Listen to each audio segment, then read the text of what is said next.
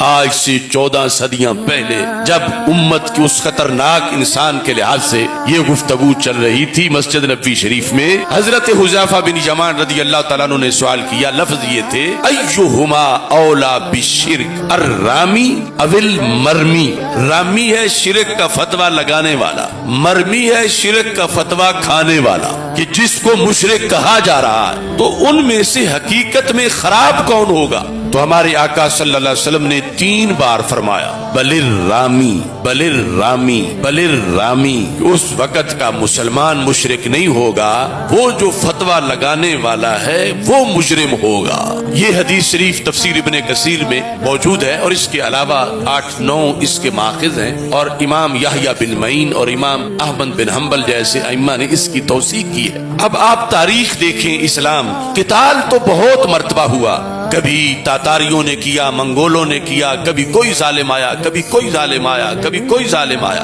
امت میں قتال شرک کا فتویٰ لگا کے کس نے کیا؟ مسلمانوں کا، وہ صرف ابن عبد الوہاب نجدی نے کیا۔ اس کے علاوہ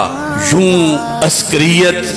دہشت گردی، بربریت اور قتل عام، جس کو غیر جانبدار جو رائٹر ہیں انہوں نے بھی 3 لاکھ کی تعداد مسلمانوں کی لکھی، جو مکہ مکرمہ کے تھے، جو مدینہ منورہ کے تھے، جو طائف کے تھے، اور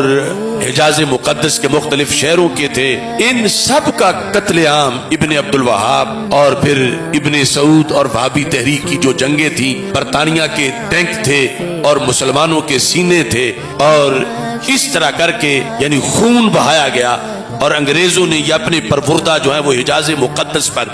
اپنے مقاصد کے لیے مسلط کیے۔ اور رسول پاک صلی اللہ علیہ وسلم کی وہ بخاری کی حدیث ویل للعرب من شر قد اقترب، وہ شر پھر جس نے یہود سے معاہدے کیے، وہ جس نے پھر نصارہ سے معاہدے کیے، کہ سرکار تو فرما گئے تھے اخرج الیہود والنصارى من جزیرۃ العرب،